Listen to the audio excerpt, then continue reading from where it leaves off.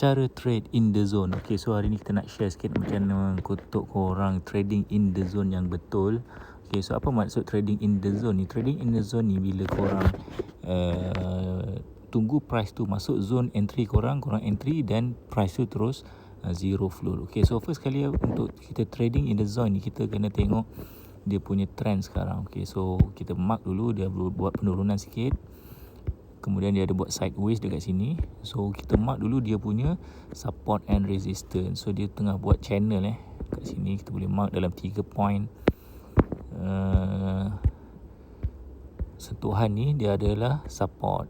Lepas tu dia buat satu lagi zone ke atas macam ni. Okay, tapi yang wave terakhir ni dia tak sampai lagi dekat touch point atas ni. So zone yang korang kena tengok adalah dekat level sini. So ni adalah zone entry untuk korang sell. Kalau price tu dia masuk zone ni saja, korang boleh terus sell dan price tu dia boleh teruskan penurunan. So kalau zone belah atas ni, korang kena tengok dekat area sini. So kalau bila price tu pergi kepada zone ni, dia dah break dekat level resistance atas tu, mungkin dia boleh pergi lagi tinggi.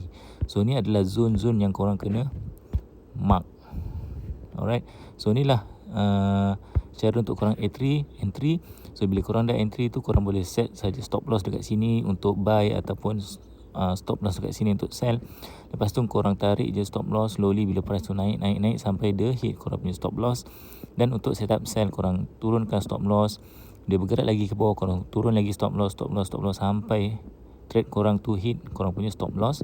So dengan cara ni korang minimumkan risiko korang, tapi korang tak letak limit pada potensi profit korang. So korang in the long run korang boleh buat duit. Okay, itu saja tips trading untuk kali ni. Kalau korang nak belajar lebih lanjut, boleh pergi dekat Telegram Prof Duit ataupun pergi dekat link bio. Kami dah sediakan link. Tekan saja pada link 3 Prof Duit ni. Nak join boleh follow saja 3 step ni. Yang pertama, daftar broker forex dengan broker yang sah, yang legit, yang ada Islamic account yang selamat. Lepas tu install app trading forex dekat step 2 ni. Dan step ketiga, kalau korang tak tahu nak trade apa, boleh follow saja Telegram Prof Duit.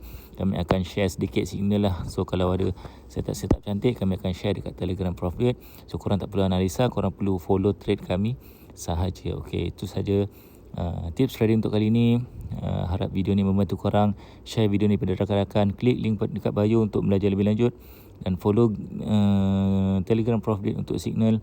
Jumpa lagi dalam video akan datang.